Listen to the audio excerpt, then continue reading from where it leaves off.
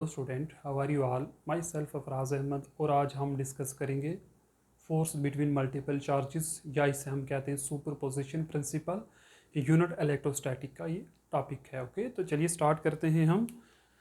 Superposition principle क्या कहता है पहले समझ लेते हैं। देखो, कूलम लॉ हमने पढ़ा था, तो कूलम लॉ जो फोर्स कैलकुलेट करके देता है वो बिटवीन टू चार्जेस में कैलकुलेट करता है।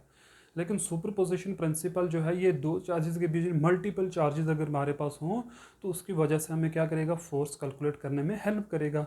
तो देखो किस तरीके से हम एक कोऑर्डिनेट सिस्टम बना लेते हैं। पहले मान लो हमने क्या किया, एक चार्ज को यहाँ पर आके प्लेस कर दिया, जिस चार्ज को हमने क्यू नॉट कहा, जैसे टेस्ट चार्ज। एक चार्ज मेरे पास यहाँ पर है, मान लो Q1 है, दूसरा यहाँ पर है Q2 है, तीसरा यहाँ पर है Q3 है, यहाँ पर है Q4 है, मान लो यहाँ पर है Qn है। इसका जो पोजीशन वेक्टर है मान लो R1 है, इसका जो पोजीशन वेक्टर है मान लो कितना है R2, इसका जो पोजीशन वेक्टर है मान लो कितना है R3, और इसका जो पोजीशन वेक्टर है कितना है R4, और इसका जो पोजीशन वेक्टर होगा वो कितना मान लेते हैं हम Rn वेक्टर। ओके, ये हमारा O है, origin vector vector. This is the position vectors. यहाँ पर एक चार्ज है हमारे पास, टेस्ट चार्ज, ठीक है, दिस एक्स वाई जेड। अब सुपरपोजिशन प्रिंसिपल क्या कहता है कि जितना, देखो, हमें इस क्यू नॉट के ऊपर फोर्स कैलकुलेट करनी है, तो हम क्या कहते हैं, force on a single charge, यानी जिसके ऊपर हम फोर्स कैलकुलेट करना चाहते हैं due to number of charges, वो किसके बराबर होगा, is the vector sum of all the forces on that charge due to other charges. यानी सारी फोर्सेस का सम ले लो, वेक्टर सम ले लो, सभी फोर्सेस का इसके ऊपर कितना लग रहा है, तो वही है हमारा सुपरपोजिशन प्रिंसिपल। बहुत ईजी है, तो चलिए हम इसकी स्टेटमेंट स्टार्ट करते हैं। ओके, तो क्या कहता है, according to superposition principal,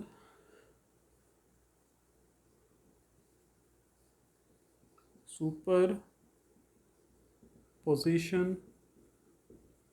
principal क्या कहता है, सुपरपोजिशन प्रिंसिपल,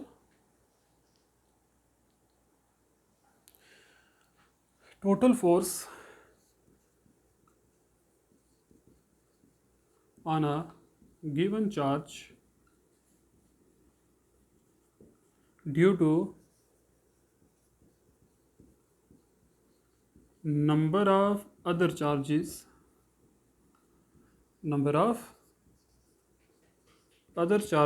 is the, क्या होगा, किसके बराबर होगा, इज इक्वल टू द, हम कह सकते हैं is the vector sum of, बहुत सिंपल है student, vector sum of all the forces, vector sum of all the forces on that charge due to other charges. Okay, due to other charges, ये है हमारे पास superposition principle की statement जो थी। अब हम इसकी डिस्क्रिप्शन करेंगे, इसका फार्मूला बनाएंगे, किस तरीके से हम फार्मूला बनाते हैं। तो चलिए स्टार्ट करते हैं। सपोज एक्सप्रेशन हम इसकी फाइंड करेंगे। अब आप लिख सकते हो यहाँ पर पहले एक्सप्रेशन,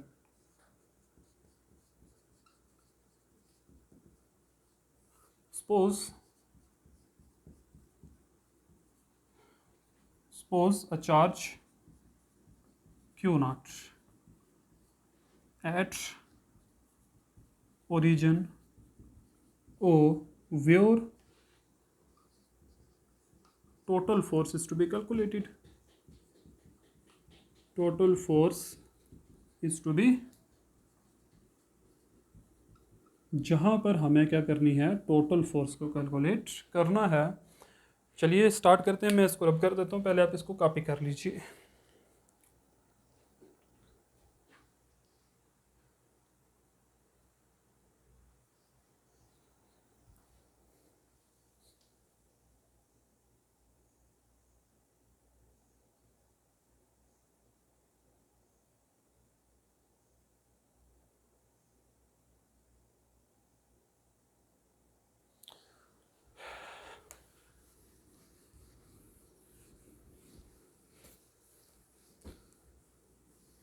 अब हम क्या करते हैं, सपोज कर लेते हैं, suppose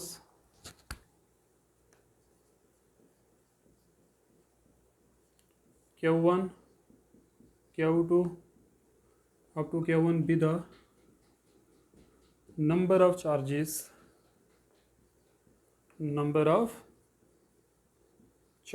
okay, whose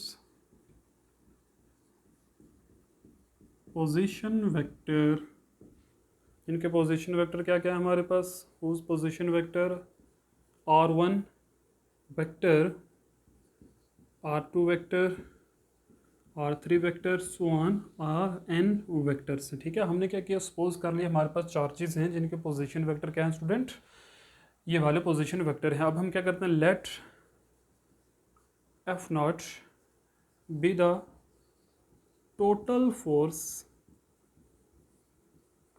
experienced by a test charge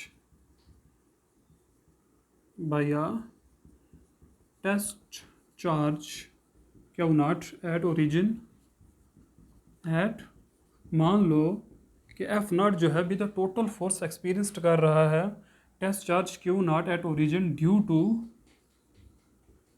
to number of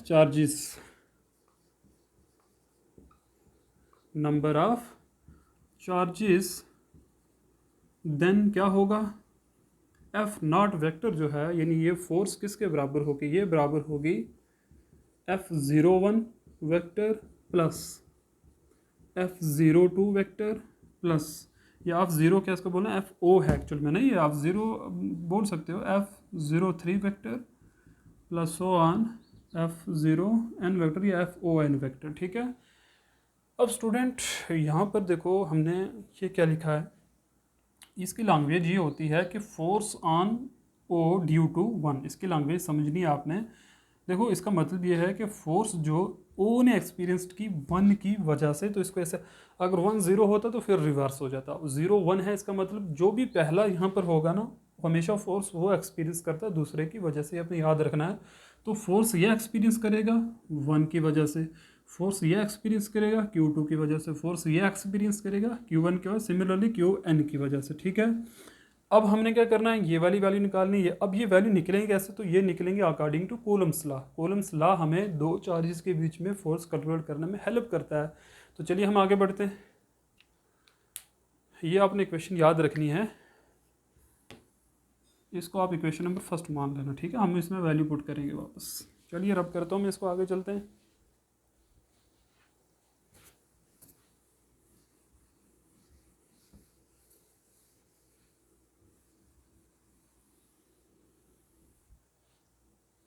तो सबसे पहले हम क्या लिखेंगे, according to Coulomb's law,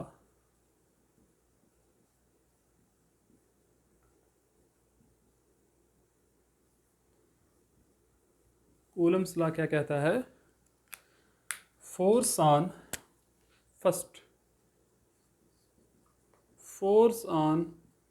Q not due to Q1 इस क्या होगी, F01 होगी, और ये बराबर किसके होगी, Q not into Q1 divide by 4 pi epsilon not, यहाँ पर आएगा R01 का यूनिट वेक्टर और नीचे आएगा R01 का स्क्वायर हो जाएगा। ठीक है, यहाँ तक हो गया क्लियर।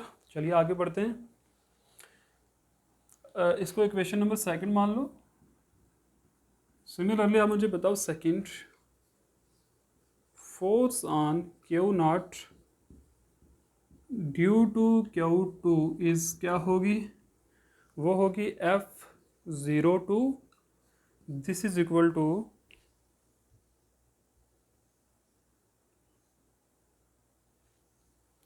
मैं रब कर देता हूँ,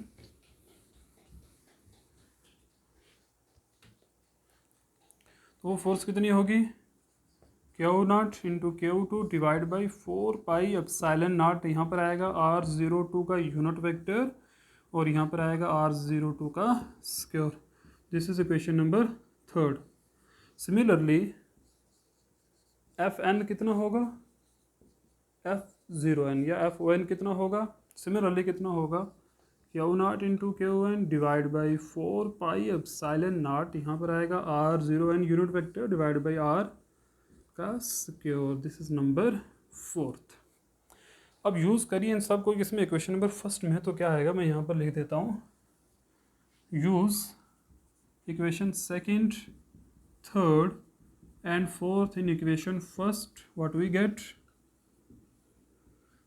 एफ नॉट कितना आ जाएगा, वो आ जाएगा क्यू, देखो F01 था, F01 की वैल्यू क्या है हमारे पास, Q0 या Q0 of 4 pi epsilon not R01 का unit vector divide by R0 का स्क्योर, प्लस फिर क्या आएगा Q2 divide by 4 pi epsilon not R02 का स्क्योर डिवाइड बाई R0n का स्क्योर, प्लस फिर नेक्स्ट टर्म क्या होगी, so on Q0 Qn divide by 4 pi epsilon not R0n का स्क्योर, और यहाँ पर भी R0n का यूनिट वेक्टर, या आप ओ भी बोल सकते हो, डोंट वेरी।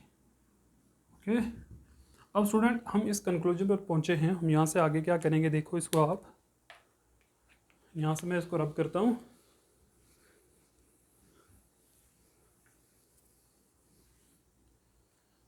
आपको जो जो कॉमन दिख रहा है उसको कॉमन निकालो, तो क्या आएगा,